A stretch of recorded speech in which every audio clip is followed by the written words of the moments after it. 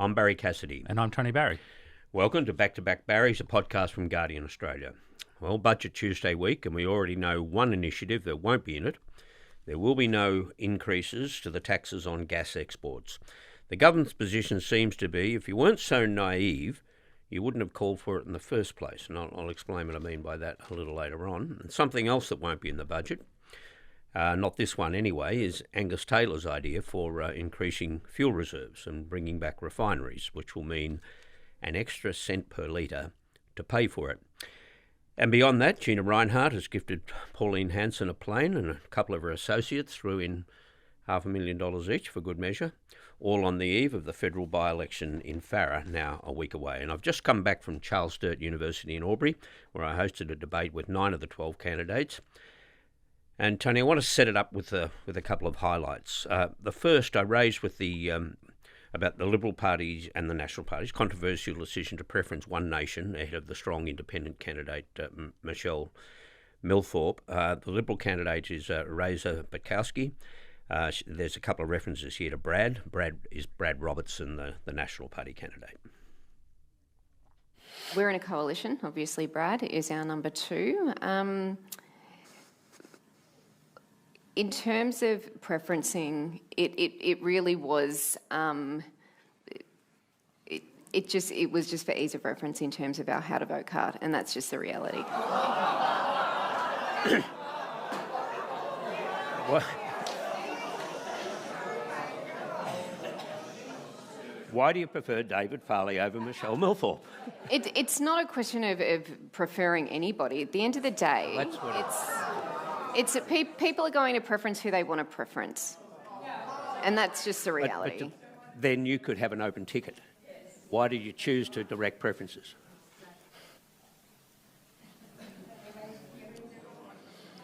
It's ultimately, at the end of the day, I like Michelle. I think we get on really well. So, Tony, we had a situation there where that is an issue that you'd think they'd be facing up to every day. It sounded to me like she'd never been asked the question before, or if she had, she was not prepared for it. No, she wasn't very confident on that. Didn't sound particularly polished. But it is a really tricky question for the Liberal Party, and I suspect they did go through a few notes with her on that inevitable question. But there's no perfect solutions for the Liberal Party on this. There's only imperfect choices. And, you know, the downside is that if One Nation get elected, they're legitimising the party. They're making them, more credible second option, second choice for voters over themselves. Because remember, the national polls, the Coalition are in the low 20s and One Nation are north of 25. So their first strategic objective is to get over the top of One Nation. But then when you're preferencing them and giving them an effective beachhead into the House of Reps with Barnaby, who's already there, albeit elected under the National Party banner, that's making them more credible, and it's a permission structure for other voters to say, oh, well, there's two members now and I can vote again. However, by effectively putting in a teal candidate who's more closely aligned to Labor, then they're also creating problems for them as well. So there's no perfect solutions. Yeah, and just before I move on to the second highlight that I want to play, Peter, an email. Angus Taylor recently said preferencing One Nation is aimed at preventing a stronger teal political preference. However, he says, David says that the Teals, to him, represent the values of centre-right urban voters. They are socially progressive while being physically conservative. And he writes, there are many voters who will find it hard to support the Liberals because preferencing One Nation indicates a shift further away from the sensible centre, as he calls it, to the more flaky far right. That's the danger. That's the kind of message that they're sending out there. I should also make the point that she does not represent herself as teal. It's being used as an insult against her. But she does get funding from Climate 200. She got 2% or something of her funding from Climate 200, but she doesn't even support net zero. Yep. She's not a teal. She's not in line with the thinking of most of the teals that we now recognise, and that's because Farrer is very different to Indi. Like Indi is classic independent country. A lot of new people come in, and you get towns like Yackandandah and Beechworth and all the way up the highway to those outer suburbs of Melbourne, whereas Farrer is old school, Yep. and it hasn't changed, hasn't been transformed in the way that Indi has. And so she's not, and she's quite adamant about that. She's not a Teal, but I think the point that Peter makes is a good one, that it goes to the attitudes that people are interpreting coming out of the Liberal Party. Back to my theme about imperfect options here. I think for the Liberal Party, their strategic objective is to get to number 2, get over the top of One Nation, not in Farrer, but in the national polls, because you can't beat Labor from third spot. Once they get to number 2, then I think their strategic objective is, can they possibly, and there's no guarantee here at all, can they possibly put together a coalition of supporters to get to 51% again? Now, that's got to be incredibly difficult, and it may never happen. But they can't win from third. Yeah.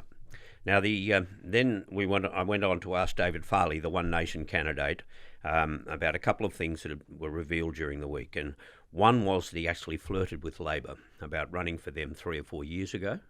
And then just a year ago, at the last election, when Michelle Milthorpe went reasonably close to beating Susan Lee, he put out a post at the time on Facebook, and he said that Michelle Milthorpe was a straight shooter and a good woman. And he compared during this answer that finding your political allegiances. He's 69, right? He's not a 20-year-old still trying to find his way.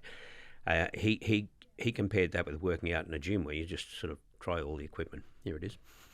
David, I want to put something to you because, again, this goes to the Liberal Party's attitude, though, towards One Nation. It's not all good news, I might have to tell you, because Senator Jane Hume put out a statement today, and the headline was, "Who is David Farley?"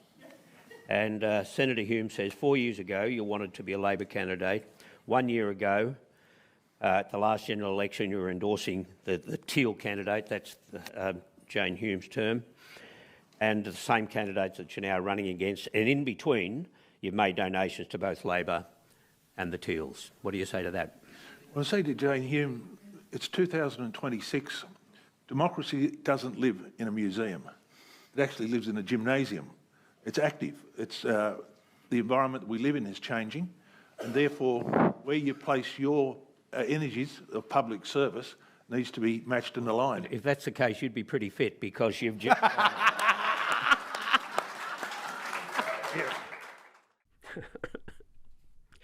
Well, that was his way of dealing with that. But it was. Does that represent a new tactic on the part of the Liberal Party? Are they starting now at this very late hour to go in a bit harder on One Nation and make them more accountable? Yeah, well, they have to. They have to drive down their primary vote. According to polling reports in the media, the coalition's primary is sort of barely over 20. So, if they can potentially get it up to 30 over the next week or so, that'll make them more competitive. It's going to be very difficult for them to win. He does sound very polished, doesn't he? How did he come across with the audience? Was he engaging them? Yes, but the audience was the Independent did very well in terms of getting the numbers along, and they were all wearing their orange T-shirts. So it kind of gave a false impression of where the support rested. But he handled himself very well. Look, he's not your typical. He doesn't present as your typical One Nation figure. But I tell you what really struck me, not just during the debate, but spending some time up there and talking to so many people about the situation, is, look, we all talk about the phenomena that has been One Nation over the last year and the continuing kind of presence of independents as competitive candidates. But the thing is, in such a short time, the Liberal Party won this seat a year ago. They're not even part of the conversation when you're talking to people anymore. They're not part of the conversation. The Nationals are not part of the conversation. It's almost as if the organisation has just, disappeared. It's. I've got to say, it's kind of slightly eerie when you're in a rural and regional place like the electorate of Farrer, and they're just not. They're certainly not in this contest. And if that's the case, there are a lot of seats like Farrer. I made a distinction with Indi before, but you go further north in New South Wales and certainly in Queensland, the Liberal and National parties are going to have contests in these kind of seats. Yeah. I think with 21% of One Nation voters in our polling saying that they're voting for One Nation because they can't stand their major parties. They're sick and tired of them. You're going to find that in a lot of these electorates, particularly where they feel that they're not getting the outcomes, health, hospital care, aged care, child care, and roads.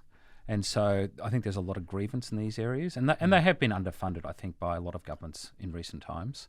So I can see the rise of One Nation becoming particularly problematic, and I'd be looking closely at Victoria election later this year in the Victorian regions. Yeah, I guess what I'm saying is that what struck me is that how seamlessly they seem to have accepted in a sort of a matter-of-fact way that the Liberals and the Nationals are not in this contest.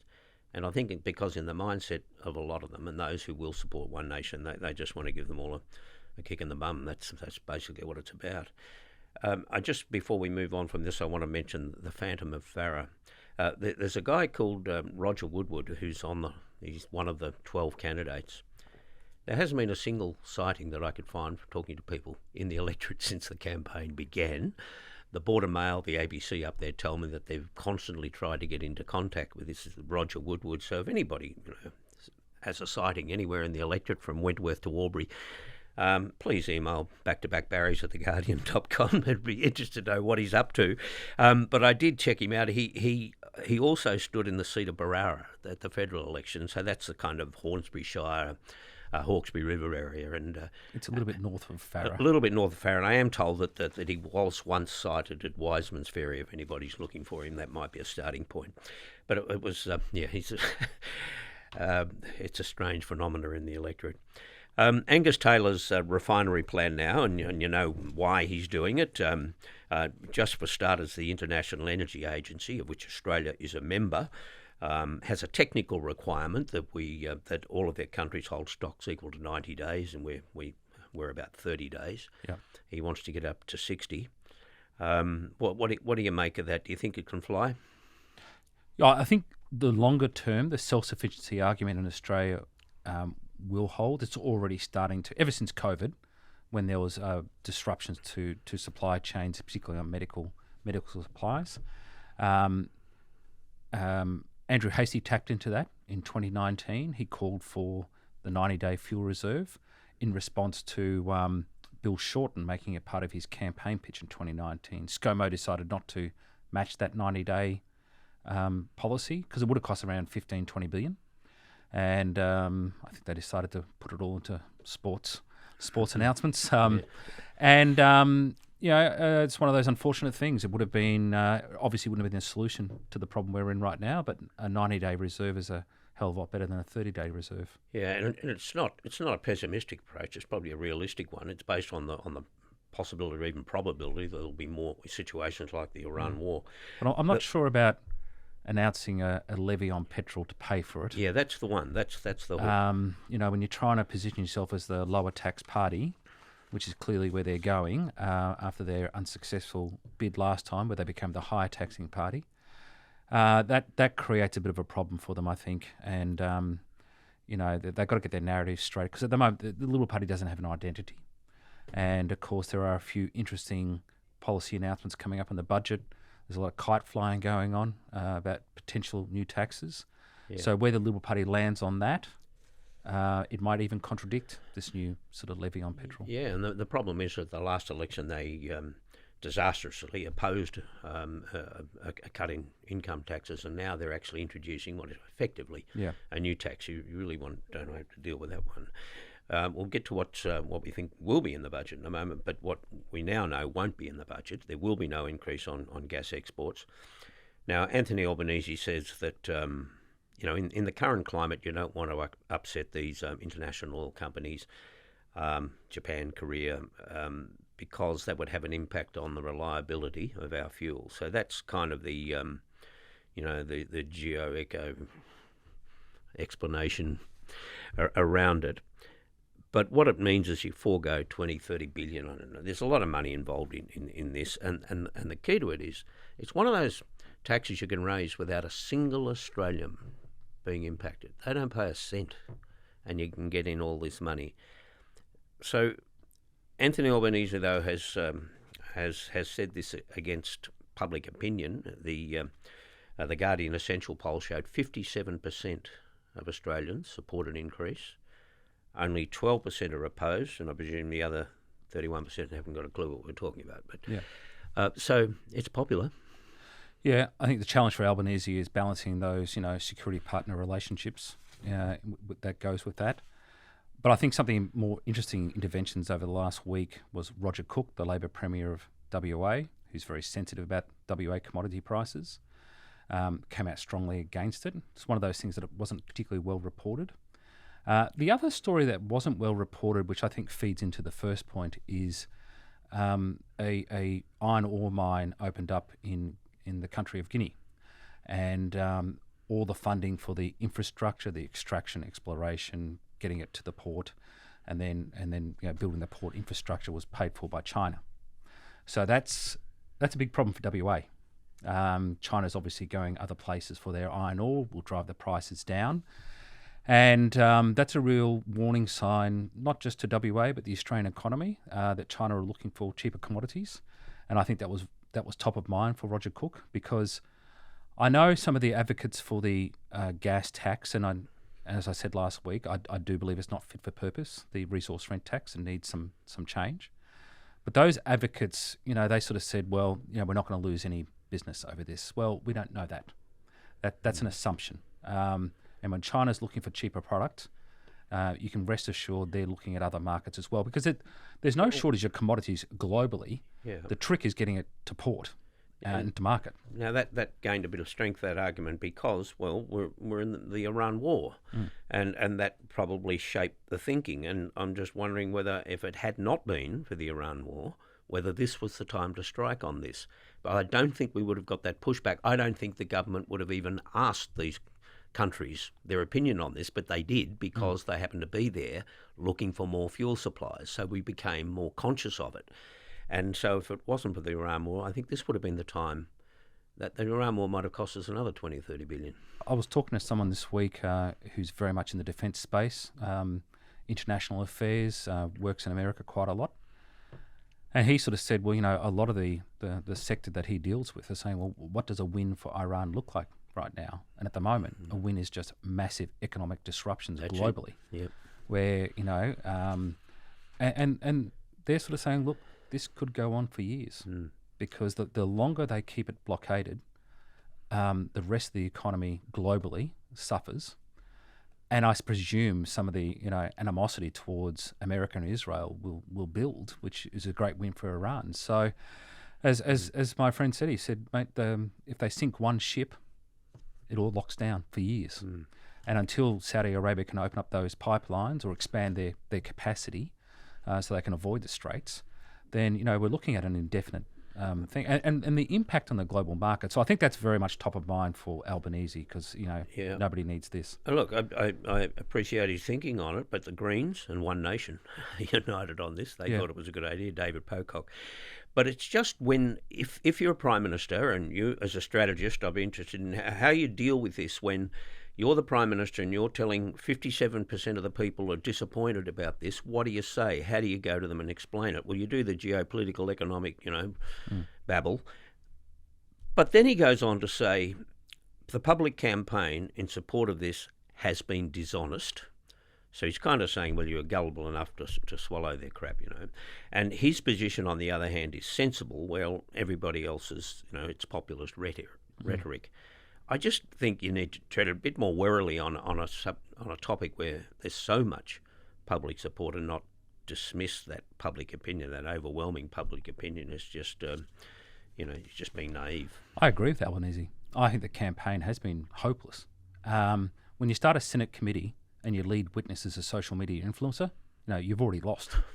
And I think... Hang on. That contradicts the whole concept of influencers, Tony. Yeah, well, no one can take that credibly. A guy who's got no experience in trade, law, energy, resources, and so on. So they led off with that, and I think everyone puts a bit of mayonnaise on their arguments, both sides of this debate. But, sort of saying we give it away for free is actually not true. And as Albanese came out last week and he said, which is the first sign that he was going to land on this position, because instead of doing the usual, I'm not going to rule anything in and out of a budget, which you probably invented that line back in the day. He just came out and said, well, the resource rent tax, the taxation raised was 22 billion, which was a sure sign that he was contradicting that. So I think it's important, if you're going to sort of mount a case on this, that it's not just as simple as sort of going to the Senate committee and sort of thinking you're going to sort of make it fly across the nation. Mm. Well, we'll go to the budget now and what might be in it. And capital gains tax, we're not so sure about. It looks like there will be something on negative gearing. But on capital gains tax, and I'll once again run the risk of being naive, but I'll have the support of Sol Eslake, who I wrote. Yep. And he wrote this in the Guardian during the week. And just background, and he provided this. So the Howard government introduced it 27 years ago. It's a 50% discount on the tax that you pay on your capital gains when you sell. And it was said at the time that it would turn Australians into a nation of shareholders. He argues, no, it didn't. It just boosted investment in property, mainly housing, and we became a nation of speculators. And those who reported to the tax department that they had rental property income increased from 14% before the decision to 18% now. It's not a bad argument. Will they move on capital gains, and should they? I've long advocated a reform project that looks at property and wealth. I gave a speech about 5 years ago saying the Liberal Party is in danger of being the party of the landlord, and Labor will be the party of renters, which is a bigger cohort. And but when you're looking at the reform of taxes like negative gearing and capital gains tax and other new taxes that might come in, it's got to be offset with income tax cuts. And, Phil Curry wrote a really interesting piece, his end of week column, where, he effectively said, just announcing new taxes is not reform. That's just announcing new taxes. The trick is to actually reform the taxation system, which means, can we cut income taxes? Because if you're going to give younger people a stake in the economy and the chance to accumulate wealth and buy a house, they need to keep more of their income. That is part of the story, but the other part of the story is gaining revenue that's there for the taking. And when this started, when the capital gains tax was introduced, the revenue was 860 million in 2000. It's 21.8 billion now foregone. Yep, 21.8 billion. So it's big.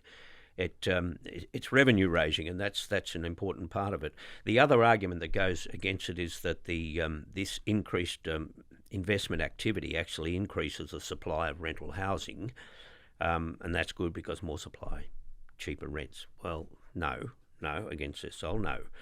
The problem is that 80% of these investments goes on established houses. 80%. So when you're buying this established house, when you're an investor, you're squeezing out somebody else, a first home buyer. Usually you're squeezing them out, so they remain renters. So it's a zero-sum game, So that argument doesn't hold up.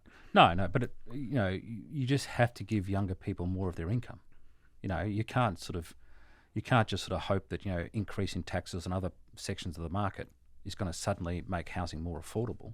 The one thing that Sol Eslake column didn't mention, which nobody really mentions, is none of these economists will put a figure on how much they think it will reduce the price of housing, because they know they can't predict that.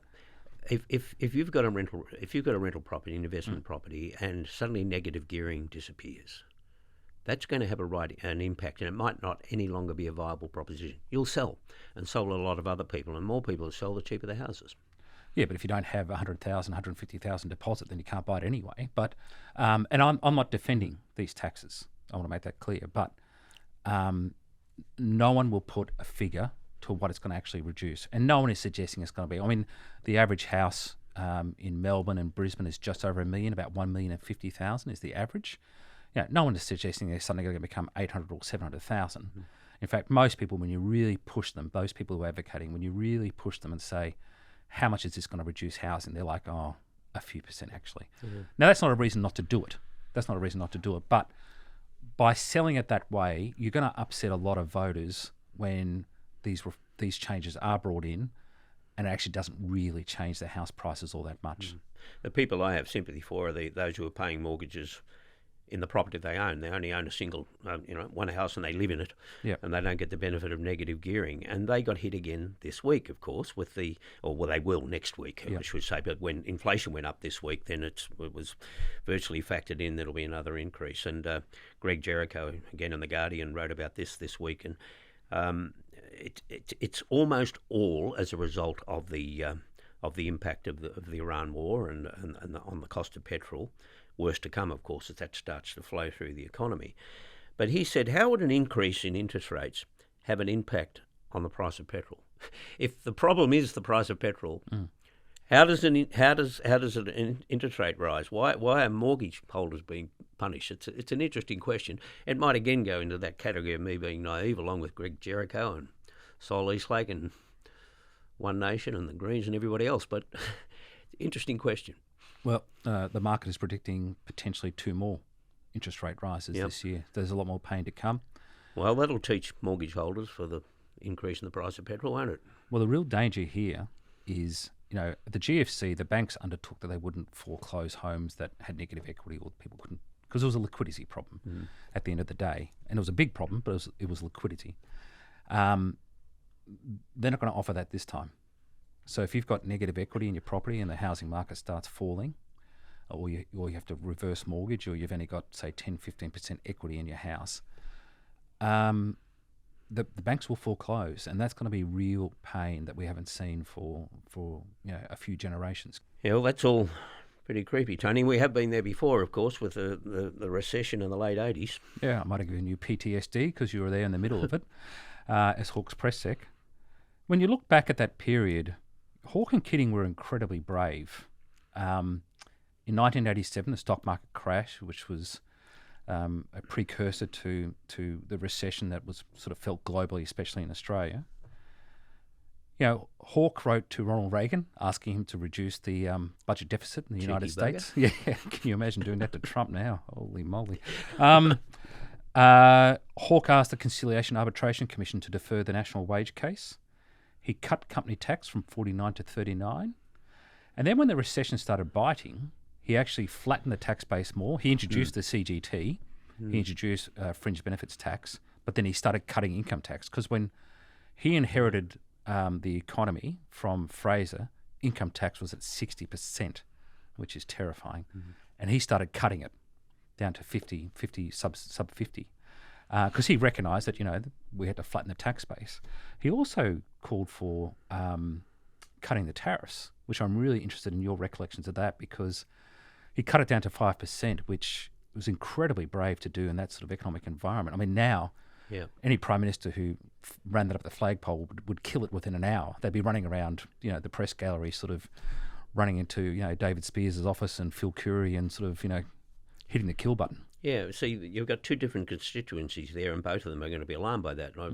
First of all, the companies that enjoy the protection that come with tariffs, so dealing with that. Plus, here is a former ACTU advocate who would go in there regularly and argue for wage rises, and he's saying, I want them to stall wages. Yeah. So it was a contradiction of everything that he'd kind of represented up until then. But again, it just demonstrates that when the crisis is felt, when it's really evident to everybody, then that is the time that you can take action if you go out and explain it properly. And I think that's what happened at the time. I mean, you're in the middle of all this. I mean, as a press sec, sort of selling these tough changes. Yeah, how'd you go about that? Left it to Paul Keating. Yeah, good strategy. He was good at it. All right. I wonder if Jim Chalmers, who's a student of Paul Keating, did his doctorate on him. Yep. I wonder if he's looking at that template, because at the moment he's talking about raising a few new taxes. I wonder if he's looking at some of these really tough decisions and reforms that Keating had to do, and sort of looking at that and sort of think, well, how can we replicate that? Yeah, I think there'll be elements of that there, and he does talk to Keating a lot. Yeah. All right, we'll take a break, and when we come back, I want to raise with you some immigration figures that came out this week that are really, truly historic. The ABS, which for anyone who doesn't follow ABS on social media, they do some fascinating stuff and graphics and so forth, and they put it up this week, a time series from 1996, 3 years ago, to 2025, the last full calendar year of statistics. When you look at in 1996, which coincidentally was when John Howard was elected, England was the highest number of Australians who were born overseas at 950,000. New Zealand second, Italy third, Vietnam fourth, Scotland, Greece and China seventh with just 129,000. 10 years later, China went up from seventh to third, and they sort of effectively doubled their presence, 269,000. India broke into the top 10 at sixth. What year did they break into the top 10? In 2006, so 10 years later, 2006. so 20 years ago. Then in 2016, 10 years ago, China was still third, but again, doubled their numbers to 580,000. Malaysia came in at ninth. India went from sixth to fourth at 500,000, and South Africa went from 10 to 8th. Then last year, so 9 years later, India is now number one with 971,000, and England at second at 970,000. China's still third, but now it's 731,000. So over the last 30 years, Greece is out of the top 10, Netherlands out, Germany, Scotland and Italy out, and in are India, Malaysia, Sri Lanka and Nepal. So the Italians and the Greeks were so 80s and 90s. Yeah, but it shows. Yeah, it shows that, you know, one of my many complaints of the Liberal Party is they see the world as it once was, and Australia as it once was, and not how it is now. And you know, 30 years ago, the electoral roll was 11 million voters when Howard won. At the last election, it was 18.1 million registered voters. So 7 million more voters on the roll, a very different composition. And of course, you know, there are people now on the electoral roll who weren't even born when John Howard lost. You know, there are 18, 19-year-olds who've just come on who've got no memory. They weren't even alive. And so it's a very different country. And I think the Liberal Party really needs to get their heads around that because, you know, the urban electorate environment has changed dramatically, and they're still pitching to an Australia from 20 years ago. They pulled out the John Howard playbook, which was incredibly effective back then, but doesn't work anymore. And it's also an indication of how good the Indians are at filling those urgently needed job vacancies. Yeah. They've just done it now for 20 years. And of course, these numbers don't include second generation. You know, people of Indian heritage born in These Australia. are people born overseas. Yeah. So, you know, bigger numbers again. Yeah. Well, that's it for this week. This podcast was made on the sovereign lands of the Wurundjeri people. It was produced by Daniel Simo with video production support by Tanya Lee. The executive producer is Hannah Parks. I'm Barrie Cassidy. And I'm Tony Barrie, and this is Back to Back Barries, a Guardian Australia podcast.